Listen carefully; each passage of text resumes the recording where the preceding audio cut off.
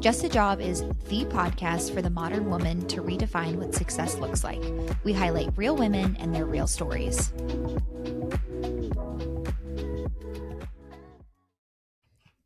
All right. Lubricating the lips. Now I'm ready. That's a perfect segue in. Welcome to Just a Job. Welcome back. It's Sarah and Ellen. And before we jump into Jill's episode, we're working through our stand-up, our weekly stand-up. So, Ellen, we got to catch up before this, but brief everybody on what your week looked like and then what your next week looks like. Hello, Just a Job patrons. My past week was a little wild. I got back from a trip visiting some family for the Super Bowl. The game itself, go Chiefs. Oh my God, how exciting. Of course, like our hearts and prayers and thoughts go out to all of the families and anyone that was affected during the Chiefs, during the parade and the shooting that happened as well. I agree. And that's been something that we've talked about, like especially not posting social media and stuff during. So want to make sure that we convey our thoughts on that. So that was definitely a tough aspect to the week.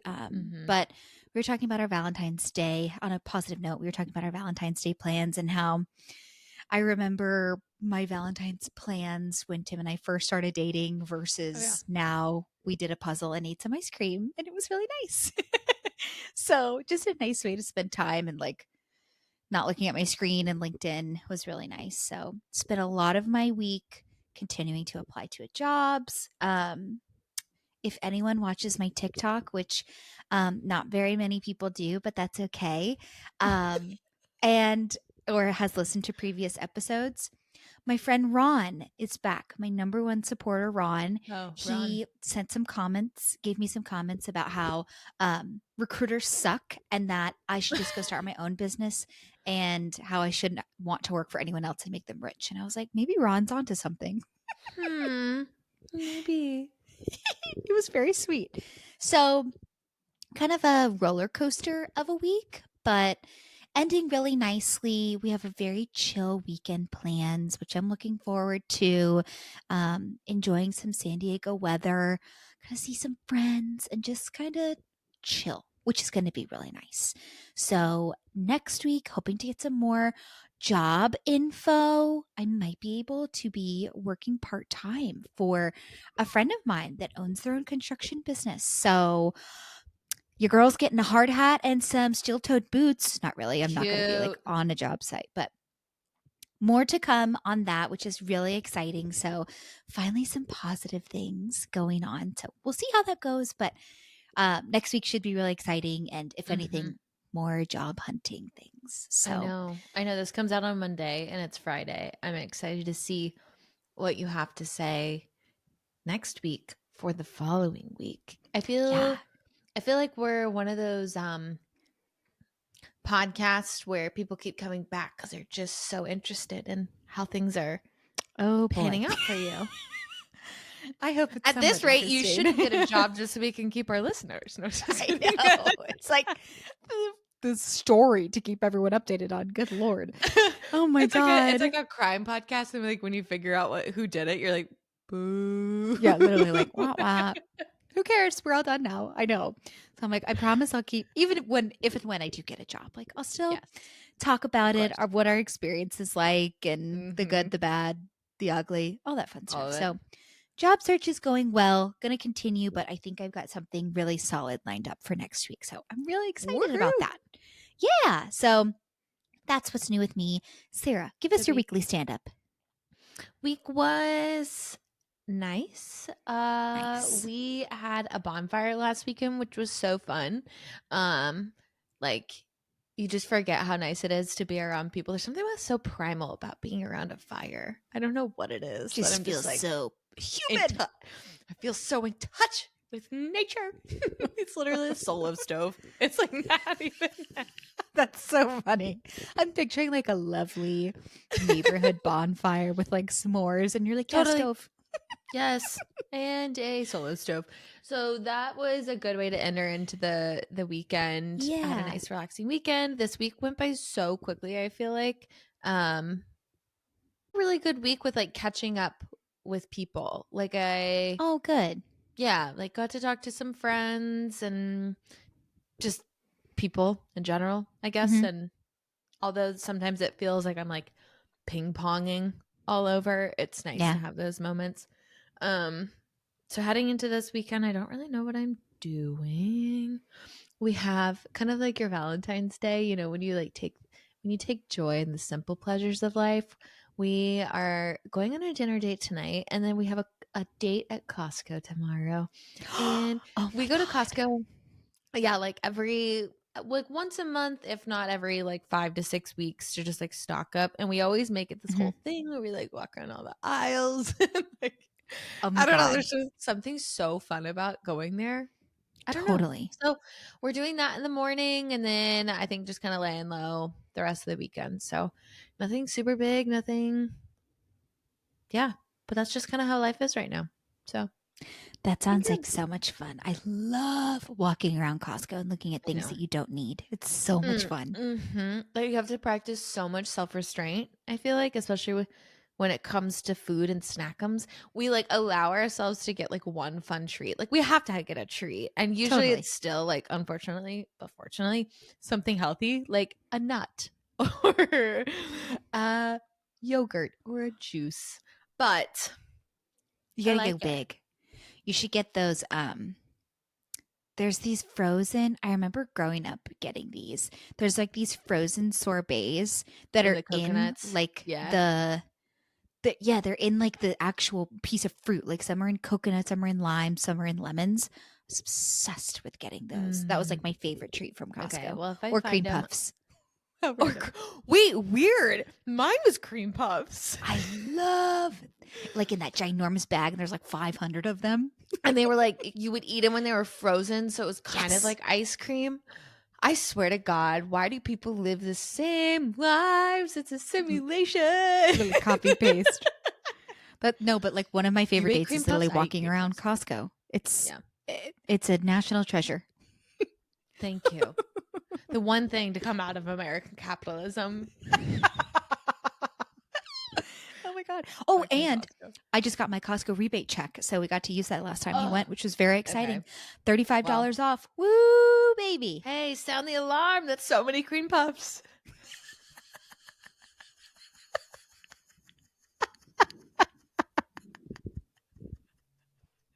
Can you imagine?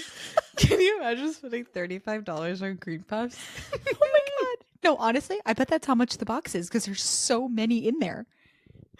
You could I feed a haven't laughed. nation. Like my cheeks hurt from laughing. That was a good laugh. Thank you. You think Costco, always providing. I wonder if Costco's hiring. Maybe I should go look. Oh my God. I always see people at Costco that have the badges like 20 years of service or whatever. Yes. But apparently they have really insane benefits I if you bet stay on that long they enough. would. Yeah. Mm-hmm. All right. Might be something for me to look into. Yeah. Keep it front of mind. I hope you had a good laugh, guys. Heading into Jill's episode, crazy wild journey from knowing what she wanted to be to where she's now. Had a good time with Jill. So enjoy the episode and we'll see you around. Have a good week. Bye. Bye. Welcome back to Just a Job with Sarah and Ellen. Today we are meeting with Jill Paz. She is currently working as an artist, creative director with a passion for projects that get her out of her comfort zone. With a past life in Hollywood as a costume designer, her career evolution is a story to tell. And this is the short-winded version. We were just saying that Jill should have put, let's get a coffee and talk about it. Because summing up your career, I'm assuming, is a little difficult. But all that said, so happy that you're here. Hey, I'm glad to be here. I'm so excited. Okay, so background. Jill and I know each other. We've literally only met in person once, but we talk every week. Jill and I work together at Up Next, based out of Boston, and we've worked together for like going on a year now, 6 months, it's some change. And you are pretty much the opposite of me when it comes to what we do on the daily, because you are a creative genius, and I do not have a creative bone in my body. So I'm super stoked to have you to talk all about this. And you were one of the first people, I don't know if you know this, but you were one of the first people kind of outside of my main circle that I talked to about the podcast. And I just remember the energy that you had when I was telling you about it. You were like, oh my gosh, like I love career evolution. And I was like, career evolution, that's like the perfect term for this. And we kind of stole it from you. And We did. I'm glad. That's It's a like in thing. my So, pit yes. people like what it is. It's like that's Oh such a my beautiful way gosh. to just sum it up and like nail on the head exactly what it is. Exactly. So thank you, you creative genius. Before we jump into all the things that you've accomplished, I want to take it back to little Jill. What did little Jill want to be when she grew up? The answer was almost the same for my whole like childhood. It was I Mhm. wanted to be an author or an illustrator or an author illustrator. It was like That's cute. I want to do one or both. I don't care. This is what I Mhm. want to do. Mhm. And it stayed the same until I was maybe like 14, 15, 16. I started discovering fashion illustration, and really leaning into like the art side of myself.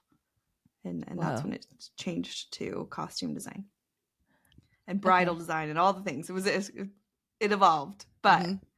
little Whoa. me, I just wanted children's books all day long. That's so sweet. Did you ever design a children's book? Did you ever I make it happen? did. Wait, didn't know this about you. No one does. I think 2 people have seen it. Oh Well, my gosh.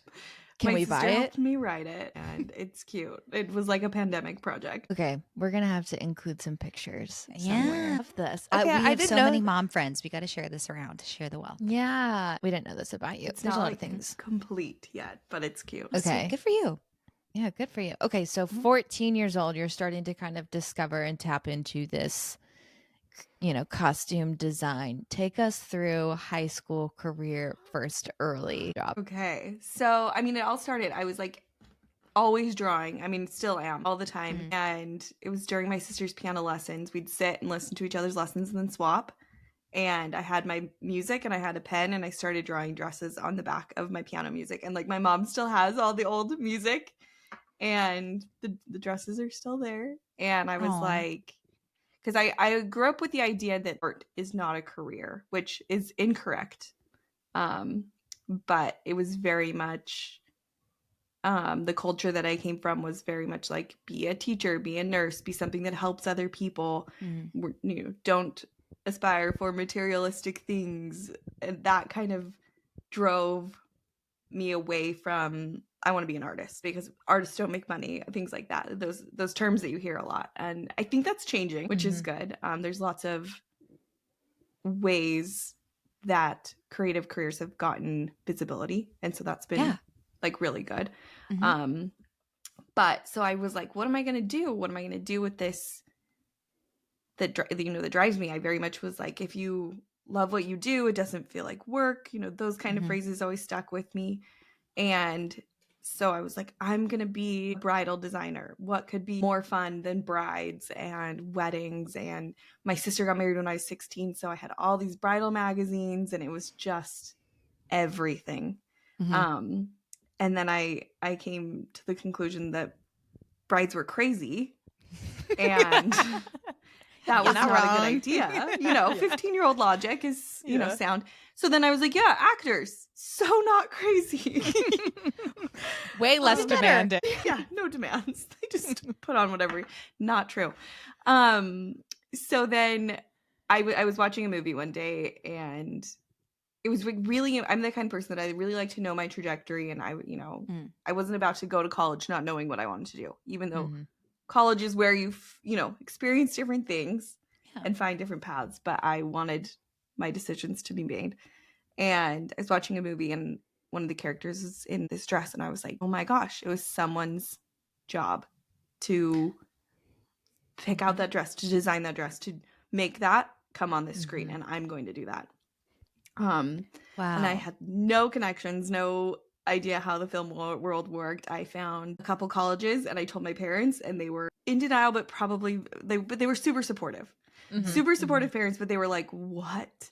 Like, no, you're going to be a teacher and an illustrator and an author. That's what you said your whole life. You're going to stay close to home.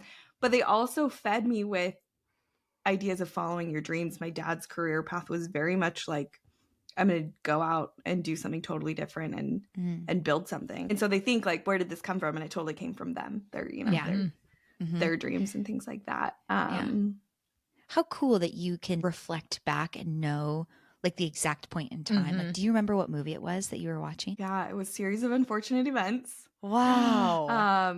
Designer was Colleen Atwood. She's, I mean, the designer of designers, like for at least our lifetime. Any like Tim Burton, a lot of Disney films, like Alice in Wonderland, things like that. She's a creative genius, and I know the dress, I know the scene, I know like the part of the dress that I was like, someone made that decision, and I want to make those decisions. I'm a bit envious. Yeah. A little bit. Yeah. I'm like, same. man, I want that aha moment, which maybe it'll happen later in my life. But that's, yeah, like you're saying, oh, that's super cool to know that there was this moment in time where like, this is it. Yeah. Yeah. And it didn't change. I was, my parents were like, okay, keep your options open. They were good. They were healthy parents. And they, keep your options open. Think about this. Like, here's a couple like plans you could do, because they didn't want me moving to LA when I was 18. And yeah. and like I found some loopholes. I found a friend that was going to LA, and I said, I'm gonna live with her and we're gonna do this. And I think like having that aha moment is incredible, but then the backside of it is leaving that aha moment, right? Like leaving, because I've moved on from there. And so leaving that and being like, wow, like I knew for so long and I worked so hard and I did it for 10 years. But where, leaving it was so much harder because I had that conviction, because I had the inspiration to follow this crazy dream for a girl from Salt Lake City. Just kind of like taking one step up above that of like, I felt similar to you in it, not like I didn't have a specific aha moment of like, oh, this is really, really what I want to do. More of like when you really sit and think of all of the different career paths and trajectories in front of you, where you really sat and you looked in that moment of like, that was someone's job to curate, select, get approval, and, it was part of a plan. That was truly someone's job to go do. And I find myself discovering that more and more now as well, of like, I don't know, I'm out at a restaurant and I notice something like designing the menu or just these little things that you're like, that is someone's job. Like that is a career path that you could have. So I resonate with that in terms of like when you really sit and think about something for a moment, or you're more present in a moment and you truly realize like, wait a second, that's really cool. And that was someone's purpose to go do that. That was their career, their job. So it's kind of, I find it fascinating.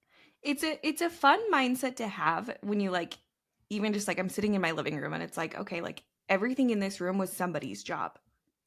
Yeah. And then you think about like how beautiful it is that like everyone has these talents and these skills and in humanity, and they build up like the life that we live in and like experience. And I think that's like really cool. And it's also crazy. Yeah. Like even just looking at the plant behind you, which good for you for keeping a fiddle leaf fig alive. Yeah, that's a talent. But also my husband's talent, not mine. Oh, okay.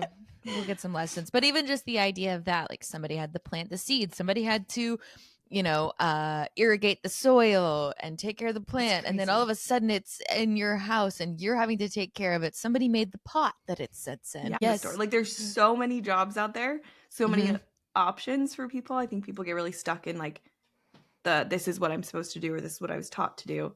And there's endless options. Absolutely. Wild. Now everybody's going to be looking at everything in their house. I know. I'm thinking about that too. Also, just with like project management, I'm like, how many steps did it take to create this one commercial?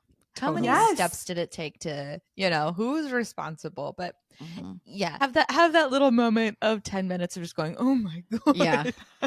I did that. Unfortunate. I kind of feel like I ruined it for myself, but I did that with the Spotify Wrapped. I was like, how many boardrooms and decks were made to get like each slide approval and what went on there And what was the project like for all the developers to get all of their requirements necessary to build this? And I just was like, I need to stop. This Yeah, is it's overwhelming. This is supposed to be a fun thing to scroll through and be like, I'm Taylor Swift's #1 fan, but I'm unfortunately going down the like approval corporate rabbit hole. So a double-edged sword. Yeah. Okay, so Joe, back to you're 18. You said you figured out a loophole. You moved to LA at 18. Yes. And I hadn't really been to LA. I went to LA once to check out the school with my mom, and I was like, this place is filthy. I'm going to come to school here, and I'm going to go back home. This is terrifying. And that obviously wasn't the case. It's home. It's my city. It's absolutely where I say I'm from. It's where I became an adult and like really found myself. And so Wow. it's fun to have that swap of experience. Yeah. And especially at 18, it's kind of like you're supposed to have a lot of your life figured out at 18 and you're like, I'm never coming back to this place, and now it's home. So what was the school experience like for you? School was definitely, so I went to a school called the Fashion Institute of Design and Merchandising. It was a small school. Most of the people commuted in from different parts of California.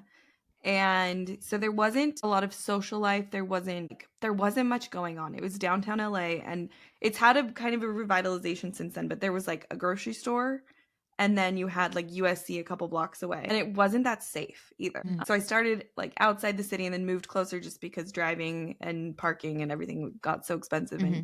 And so I lived across the street from the school, and my guy friends would walk me home at night and like anytime after dark. It feels like I'm exaggerating, but like as a girl from a place where you don't have to like lock your doors, it was a huge culture shock. And it's funny now. I think my sense of fear is so diminished that I'm like, one day I'm gonna get like mugged because I'm just like, oh, the world's a happy place because I've seen it all. You know, I haven't. I have not. But so it was a big culture shock. And even just with the people I was interacting with, I was meeting people from so many different backgrounds, and I like thrived off of it.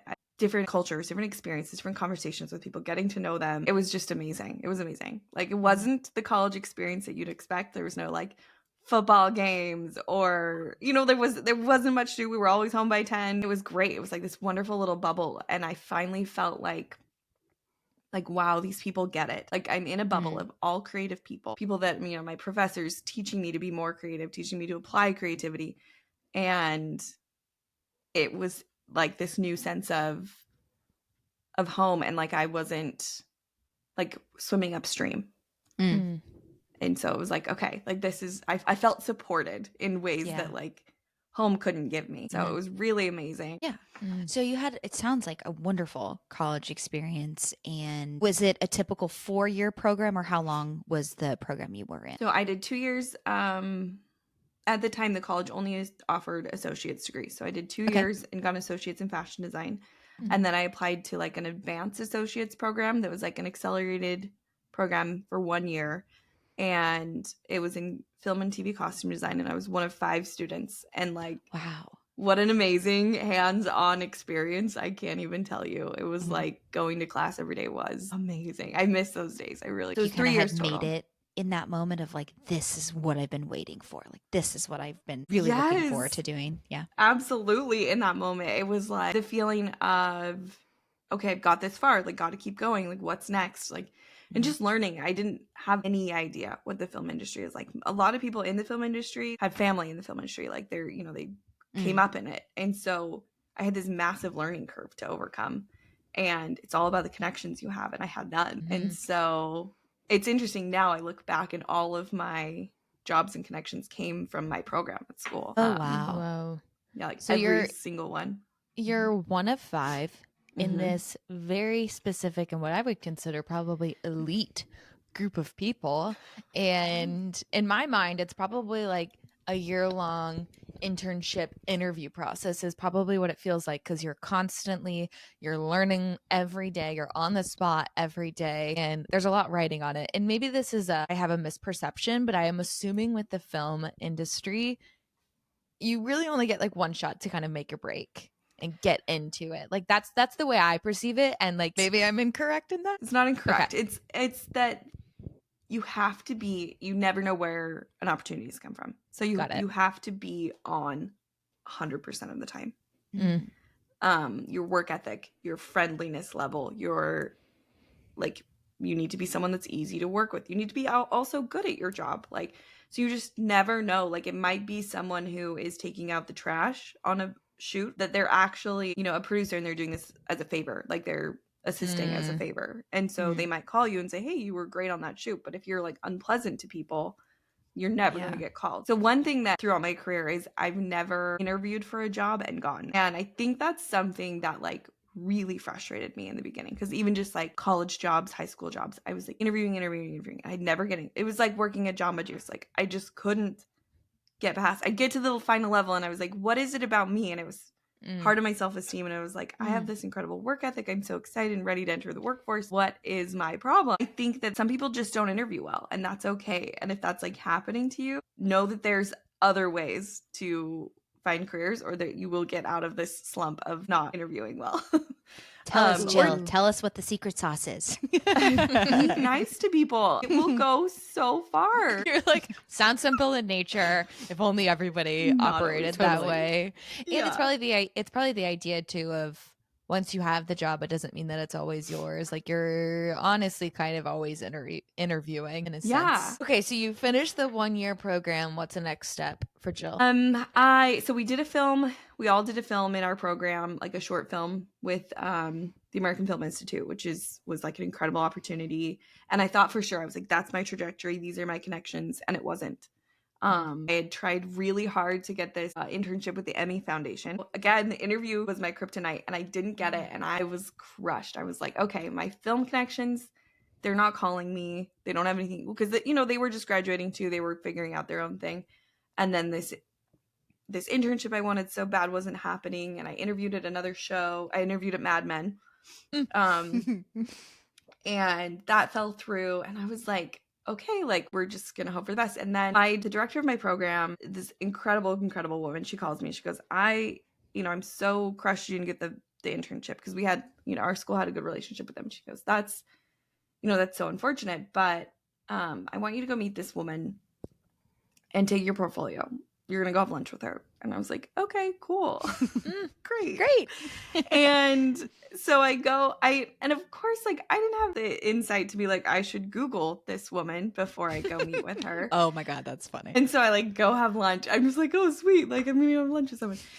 And I go and I have lunch with her and I meet her, and she's this like loud, wonderful South African woman who just has so much to say all the time. She's now, I consider her a family member, but she just ripped my portfolio apart and just like to shreds, and like constructively, but to shreds. And I thought this was going to be a fun one. I thought it was like going to lunch in Hollywood. Like, oh my gosh. No, like your smile slowly starts to fade. You're like, oh, okay. And I was like so like meek and quiet, and she took me under her wing. And the tearing of the portfolio apart was a turning point for me, because in school, my professors, I've always been a good artist. And so my professors were like, good, you got that. You're fine. We don't need to talk about that. Like, you're good. And so to have someone finally critiquing my work with like the eye of someone who would be hiring me, she wanted to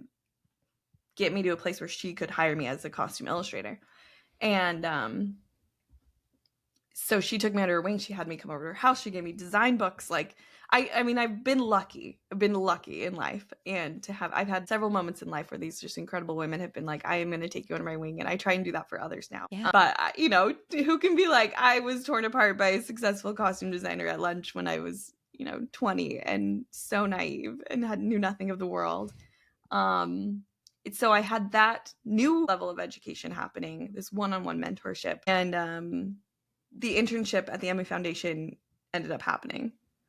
The person who had gotten it, something happened, fell through. I got a call in the summer. I was home visiting my parents, not really sure what I was going to do. And I was like, I got to get back to LA. The best opportunity just opened up. And so I got to do that internship, met a couple people, interned with Costume House, which is it's like a big warehouse with 3 levels high of clothing racks. And so I was, Cool. organizing wanna clothing go. and sizing Yeah. clothing and things like that. And really like boots on the ground, grungy, gritty. And this is the first time I really experienced like the grit of the film industry. The movie was Django, if you guys remember that movie. They just shipped a bunch of boots back from wherever they were filming, and I was sitting there on the floor in my like, I don't know, cute little dress and like a bow in my hair and just scrubbing mud off of these boots for like days. And like that was when it was like, this is real, this is what it's like. And it was exciting. It was really exciting, but it was more eye-opening, and I'm so grateful for that experience because it changes your expectations and like manages your ego Sure. when you're like scrubbing dirt off other people's boots. I think that's the other tip I'd have, like be a nice person and don't have an ego. Like, you're never above. Yeah, you're never above anyone. Yeah. I can't even imagine. I'm like picturing it in my head. You Same, yeah. all, smiley and happy, and you're just scrubbing dirt off of boots, but you're just like, I'm so happy to be here. And I'm sure we've talked about this, but it's definitely one of those things where I think, again, maybe a misconception on my head, but I'm just glamorizing everything. But it's like, you're like, oh no, they're sitting in this room and it's just like beautiful and they're tailoring dresses and brainstorming. And you're like, no, not always the case. There's definitely like scrubby jobs. every job, right? Even what I have right now, like I can tell someone what I do on the daily and that it sounds so lovely, but then there's gritty moments too. It might not be like mud and boots, but it's gritty in other ways. Like you said, there's lots of steps to make things happen, and those steps aren't ever gonna be 100% right. So the internship concludes, and then are you just kind of jumping into whatever presents itself? Yeah, I got a really unique opportunity through working with the students at USC. They have a program. I'm not sure what it looks like now. I know it's still around, but at the time it was led by this producer he's just incredible. He's another person in my life that I'm like, you were an incredible mentor. I'm so grateful I had the opportunity to work under you. And so he taught this. He was now a professor at US Film School, which is hugely connected to everything in LA. And I got the opportunity to costume a feature-length film directed by 10 different students, just like crazy. So think you have like 10 different people with ideas, and they're all students, so they're still learning. But then everyone else on the set was like me. They were out of college professionals. Some did this out of like their charity. Some did it just to fill their empty time. Me, I was getting experience. So again, it was like, it's very little pay, but I got to do the story of Don Quixote, which is like my dream was like period costumes, fantasy costumes. And so we're out in fields with horses and armor, and this just doesn't happen. You don't get to do these kinds of things until you're like 65 in this industry. And of course I'm doing it for pennies. We're figuring out how to make this t-shirt from Goodwill look like a tunic from, I don't know, 1600s, right? Whoa. But like that's what was so exciting, is the creativity behind it. And so I did a couple more of those films with that class, and the co-professor at the time was James Franco, and so he was also in the film. So I was like dressing this big star. Did you get to up and close and personal? Sorry, this is not No, yeah, I mean, like, I dressed him several it's the times. question on my lips as well. I would love to know the answer. I'm like here for your career evolution, but slightly what? I'll send pics. Yeah, I dressed him as like he was like a slave in Don Quixote, and then he was like a gentleman in a 1900s period piece in the next year. But yeah. Your best. So that was my first experience with like, a name, a star. Yeah. And I learned very quickly with myself that I didn't get starstruck. I didn't care who this guy was, other than the fact that he was technically my boss because he was an executive producer. Mm-hmm.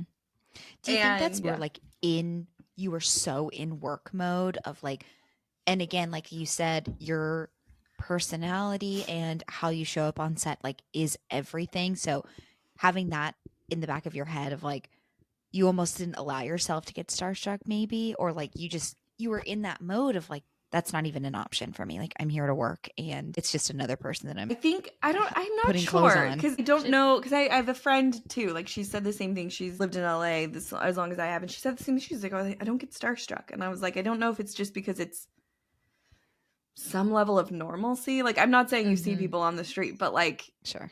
it's not uncommon. But I think for me, it's personality thing of just like, again, the ego in check, seeing people for people rather than for what their jobs Yeah. are. And Yeah.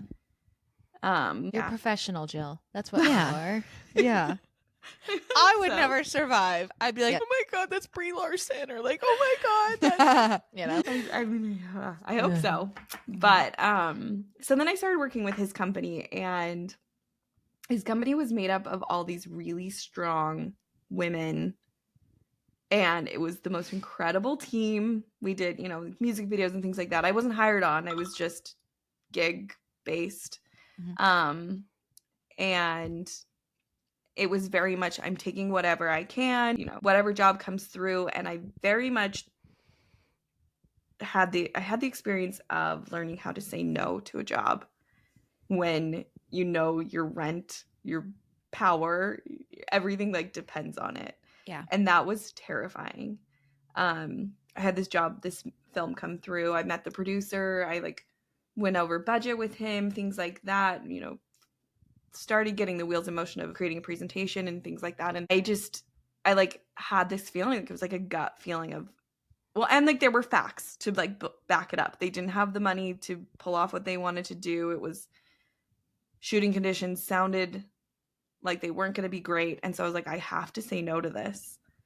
And I think I had just gotten married at the time, and I had to go to my husband and say, look, I have an opportunity. I'm saying no. And he's in school and, working part-time, and he's incredible, and said, whatever you got to do, like I trust you, you know what you're doing. And that was another turning point or maybe it was my very first boundary of like, I will not work for this pay if these are the conditions, if I'm treated like this in meetings. That's when the first experience I had with boundaries and saying no to something that could be your big break, right? Again, this mindset of you have to say yes to everything. And because I wasn't on that film, I was available for other jobs. And I got to start PAing so being a PA is a production assistant. It's the worst. It is the worst. It's so bad for your mental health. You are the person that picks up lunch. You're the person that gets coffee. Everything is your fault. You do all the things no one wants to do. But if you do it with a smile, if you do it like it is your favorite thing in the whole world, you're going to go places. So many people don't get past the PA step because it's just horrible. You don't have any, your skills aren't valued because you're not using them. You're not allowed to use them on union films because you're not a union member. So but to become a union member, you have to PA, and you have to make connections, and you have to put in a certain amount of hours in different ways. But I started seeing what it was like on big budget films, on big budget television shows, what it was like for designers who had made it, who had gotten to the spot that I wanted to be at. And I saw a lot of things I didn't like. So it was like kind of the first time that not that you weren't seeing everything through like rose colored glasses, but it was probably the first time that it was like actually affecting you directly. Yeah. Definitely. And because I'd been on these passion projects with these students, and everybody feels the way I do, right? Everyone's just can't believe they're making a movie, even if it's a terrible movie or something no one is ever going to see because it's a student film. I worked on some amazing ones. I'm not saying they were terrible, but it was definitely the first time where it was a job. It was a workplace. It was, these people have been doing this for years. They come to work, they go home. Their experience at work, how that was affecting their mental health, their family relationships. I watched my boss, who like I wanted her job so bad, but she was having to tuck her kids in on FaceTime every night. And I want to talk about that for a second because I have seen and heard people talk about when they knew it was time to make a change, or when they knew, like, they looked in the mirror and they no longer recognized like who they were when they made sacrifices like that. And also to what you just said of when you know that you don't want your boss's job, like that's Mm. not the next step for you. You kind of have this moment of reflection of, whoa, wait a second. If that's not where I want to go next, and it's a normal thing to think about. Like that's your next step. You fill your boss's shoes when it's time. And when you had that moment of, ooh, that's not what I want for me in my life. Like, was that maybe a turning point for you to decide I need to go Absolutely. elsewhere? I need to find a different industry, something along those lines. It wasn't, I laughed because when I read the question that you sent over of when you know it's time to change, my answer was too late. So this was probably 3 years before I figured that out. Okay. You held on. Wow.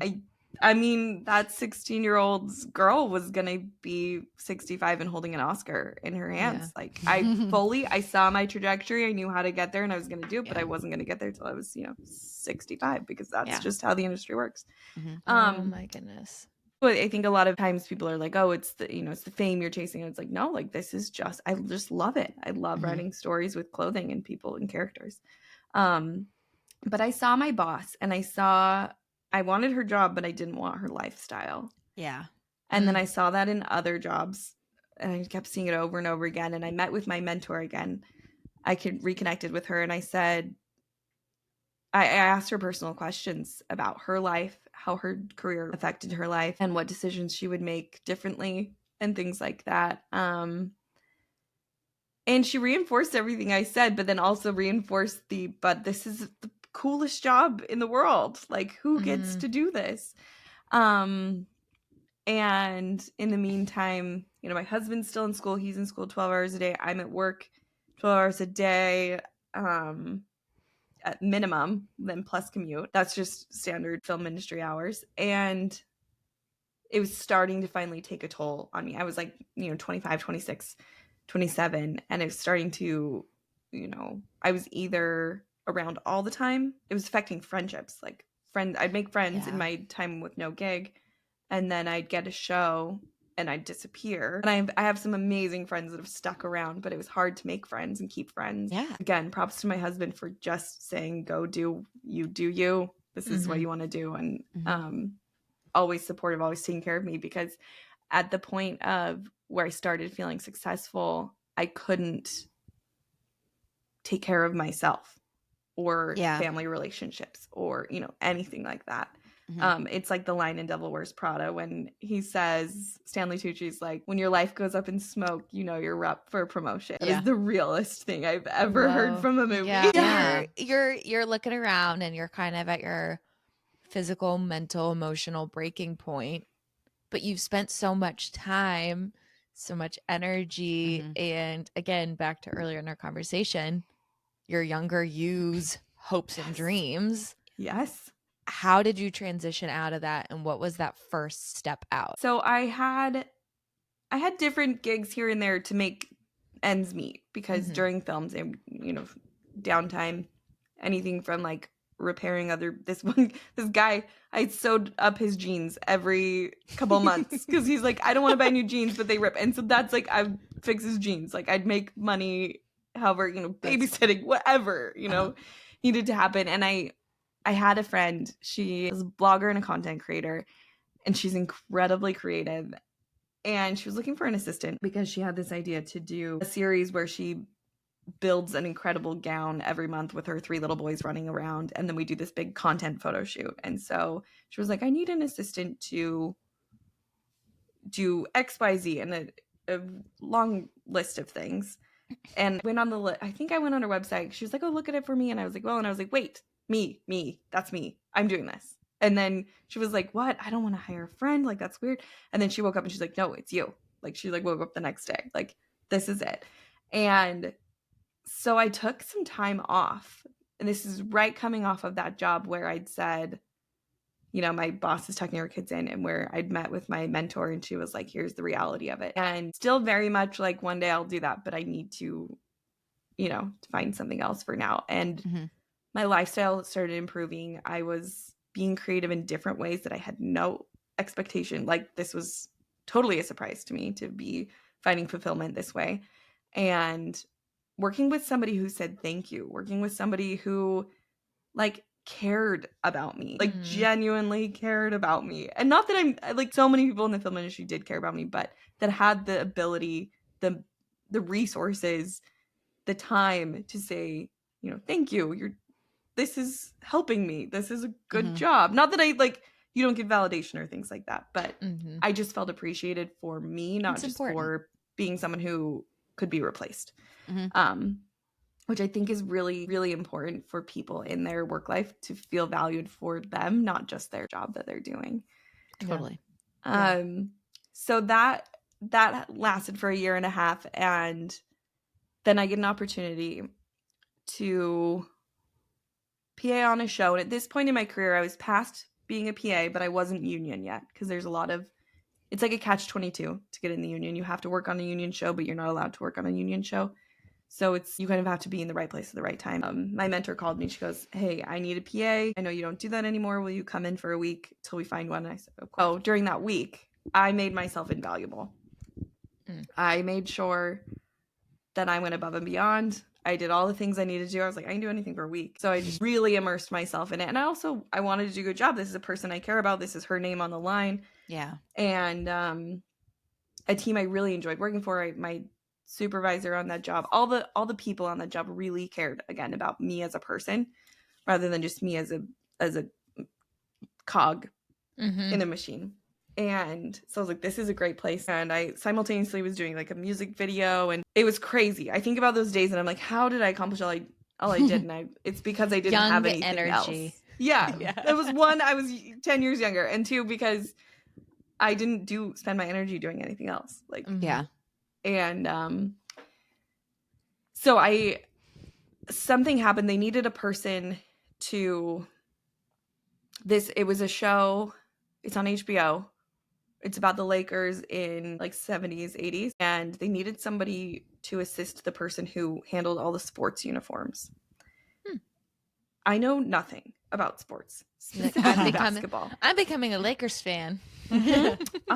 Yes. So, I mean, I like barely went to my high school basketball games. So I was like, I'm going to learn everything I can. And so I made myself invaluable. And she said, wait, we should get you. We should get you union. We should get you for this. This makes so much sense. And so I finally got union. It's 2019, made union. I started getting benefits. I started feeling like I've made my break. I left the my influencer job because she had finished her year long of dressmaking and was moving on to other things. It made sense. And I was like, wow, this is it. This is everything. We go into 2020, that show wraps. I had an incredible experience. I was making new connections. I got on another show that was the stars, again, big star names, Nicole Kidman, Melissa McCarthy. It was like, I'm here. I'm like, I know I was a coordinator, so I had a lot more responsibilities, but I still wasn't being creative. I'm still not the creative person on the team in it. But I was like, hey, this is great. Like, my bills are getting paid. I can go to the dentist. Like, what? Yeah. Not that I have time to go to the dentist or time off, but I can go to the dentist. Mhm. And my husband's now in his next level of schooling, and I was like, okay, this is great. Like, we figured this out. And then it's February 2020. It's cliche. This is how everything life changed.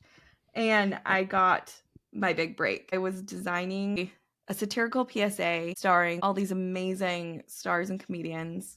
I was the designer, the director's massive name in Hollywood. I was dressing them all like the founding fathers. It was a period piece. It was comedy. It was Fun.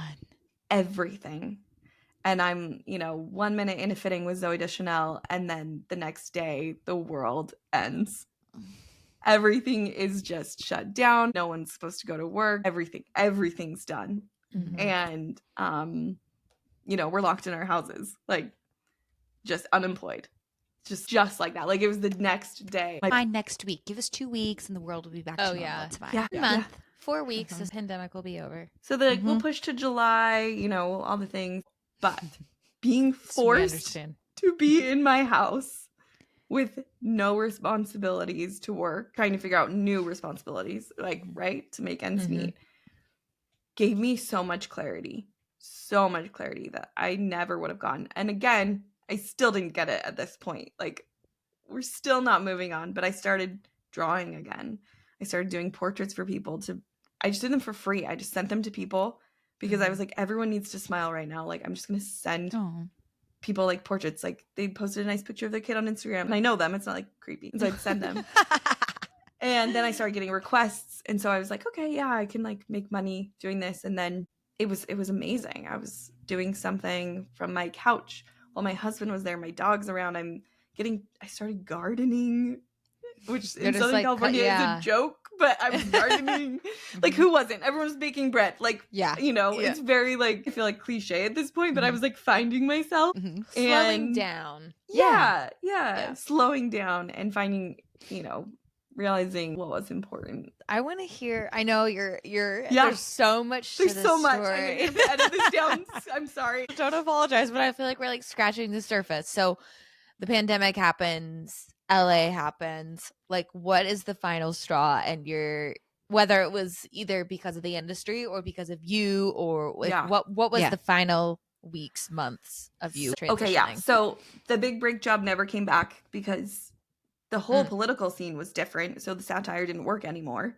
Got it. And they wanted to play it during the presidential debates that were happening that year because like we needed more, going on. So that didn't happen at all. And I was like, all right, we'll just bounce back. We'll keep going back to what I was doing. And my NDA doesn't cover like, don't talk about the working conditions. You can just say a major film that sounds like the words. That won Best Picture that year. So should have been. Yeah. Should have been this like, right? Like you think this should be, if this is the best of the best, right? We should be able to take care of our workforce. We shouldn't have flea bites when we come home and rats. Sarah knows. Yeah, rats. This one.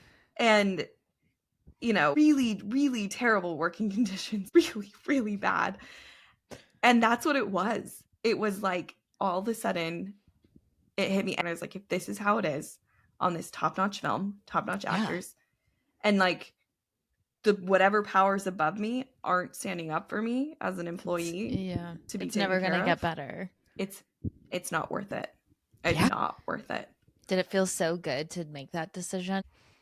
It does now. Yeah. Okay. Sure. It did. I think it was like everything you wanted. I think even now I like have to continually make that decision. It's something that opportunities pop up and I'm like, no, remind yourself that like the boundaries you've put up are good and you put them there for a reason. Yeah. It's like the bad ex, like assuming that things will change. That they'll get better. They'll be better. It's that's no one's ever experienced. That's exactly what it is. Yeah. So anyways, so I finished out the movie. I moved to Oregon and I did nothing but take art classes for 3 months. And I like that healed. Magical. Yeah, so I was cheesy. gonna say not at all. I was gonna say there's probably some part of you that's still like working through that. Not that it's. I think it'll be there forever.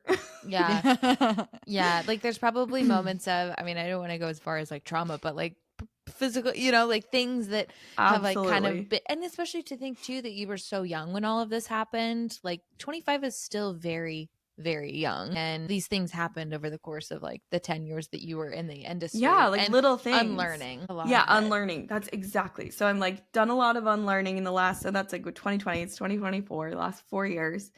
And I started drawing again. I made a sticker and I was like, I'm going to sell my sticker. And then I'm going to be an illustrator for costume designers because I can do that remote. And I've done a few of those jobs, but even that is something that I've had to say, like, if something comes along and I'm available to take it, but there's other avenues that are making me happier, that are paying my bills, that are bringing me the same fulfillment. And I'm being so much more creative. I have, control over my life. I have personal relationships. I can take family calls, but like just building up those things that I had been missing so fiercely for so long. And being starved of. Good boundary to have as well. Yeah. So again, it wasn't until it was too late. It wasn't until like my job was not safe.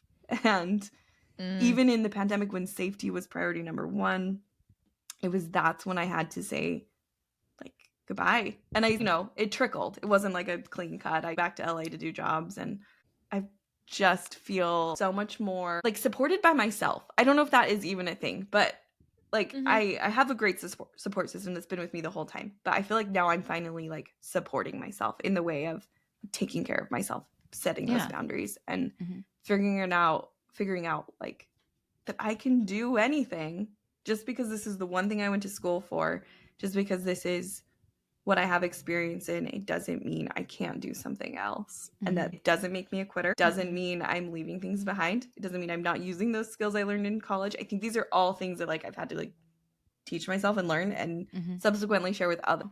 You have to remove the guilt from it. Yeah, exactly. Because it's not that you didn't try it, but it's like you can't make yourself feel bad for And putting yourself first. Like, and I'm not disappointing that 16-year-old girl.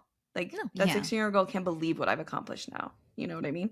Like, could never have even imagined the things that I've accomplished now. And that's something that's, like, very empowering. Well, and it's like, I went, I did it for 10 years, like, period. I didn't fail. I did it, moved on. On to something else.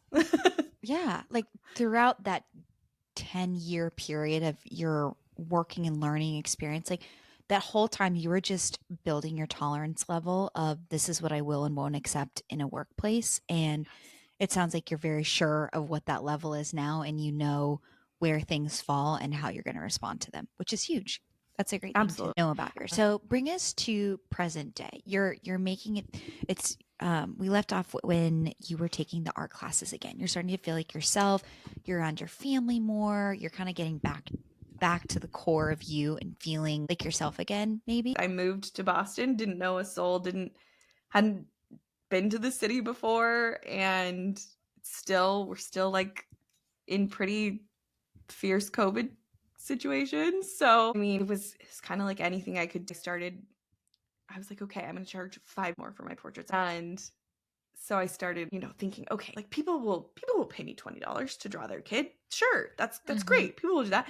And I was flooded with requests because of course that's way too cheap to draw a portrait for a kid. So I had this crazy wait list, and I was great. This is what I'm gonna do. I was like, well, I need to open an Etsy shop because I made this one sticker that's gonna make me $1 million. So what do I need to do for that? So I like email my town in Massachusetts, and I'm like, hi, I need to know what I need to do to be a legal business.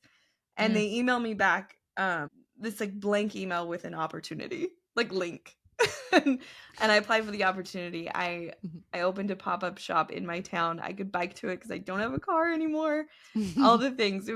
I am so grateful. I've been very, very lucky. And I opened a pop-up shop. And I was like, I never saw this coming. And so I had to make up new products because I couldn't just have a third of a shop. I shared it with other people and with just stickers. And so I was just being pushed to come up with art prints, to stickers, cards. I started exploring different materials like resin. And I found myself back in the mode of my work is everything. It's taking up all of my time. And so the pop-up ends. I start creating more products to go online. I was sketching for a costume designer simultaneously. Again, no work-life boundaries. Theme of my life. And they both ended at the same time. And again, I was like, okay, silence. I need to like rethink my life and figure things out. I mean, Jill, I've like loved hearing all about this because I feel like it's like, yeah, I worked in this industry, but there's so many twists and turns, and every job that you had was a job. Like you were basically, this was my job for this 6 months, or this was my job for this 3 months or whatever. Like you were bebopping around. You had different bosses constantly. Like you were in, I would probably consider like heightened state of stress at all points. Yeah. For so much entire transition. Yeah, for this entire period of time. So in all of this learning career, like learning curve, how do you define success for yourself? Oh my gosh, that's such a big question. I think it's just doing something that makes me happy. It's really just feeling like I'm contributing something, and the process of contributing that brings me joy. Let's head into rapid fire question. What is one thing that you need to survive the workday? One thing you cannot live Okay, you know this. You know the answer. You see me with it. Starbucks refresher. Yeah. Ooh, what's your flavor of choice? Mango dragon fruit with lemonade. It's for children, I swear, but it's the best thing on this planet. It's the prettiest color. It is I've so never had that. pretty. The Yeah, it's caffeine kick beautiful. is just enough. Mhm. They're just great. What is your favorite way to unwind after work? Oh, this is something I'm still struggling with because I unwind. I'm like, oh, I'm going to watch TV. What am I going to do while I'm watching TV? Because, the Oh my God. ADHD is I like know. going off. I'm Mhm. like, all right, I'm going to draw while I watch TV. And so I have to make sure what I'm drawing is not work related. So sketching on my couch Mhm. while the TV's playing is my favorite way to unwind, Sounds like which a sounds great like way work. to I don't know. relax. No, I'm giggling because I think the same thing. I'm like, I'm not being productive enough. This Yeah, I TV gotta do show something isn't else. enough. Mhm. Yeah, I gotta do a word search Yeah. while watching TV and listening to music. Well, the candle on and the window open. Is this Disco a ball. blanket on my lap? Like, Yeah. I need all forms of stimulation. Oh my gosh. Well, Jill, I've loved hearing more about your story. Now I feel like I just have so much obviously I had this before, but admiration because there is no way I would survive that. There's Oh, that's no really way. nice. I feel like I mean, be proud of yourself because Yeah. you are yourself. But like for me, I'm like, oh my God, there's no way I would have been able to put up with that and keep a smile on my face and come back for more of it. But obviously, like this is the perfect story of everything that's supposed to happen, and everything that's supposed to head your way is just that. It's supposed to be, Yes. And again, in all of it, you have a choice, but like even your nose creates yeses in some future version of nose yourself. create yeses. That's huge. That's Yeah. huge. So I have loved hearing about it. I am so excited to share the story with other people. So I'll include Jill's, all of your information, all of your illustrations. If you're keeping up with Jill, she does a Pantone challenge, and it's my favorite part of the week, which I don't think you've done it recently. Not that I'm creating work for I'm you. going up tomorrow. So I draw on a Pantone postcard and I send it out to people for free, going back to those pandemic days of doing things just to make people smile. I love using it. my art for good. And I stopped because of the holidays, but we'll be back Fair. into it soon. Fair. Well, we'll include everything to follow, Jill. Thank you so much for your time. Thanks for having me. Thanks for Thanks, listening. Oh my gosh, always.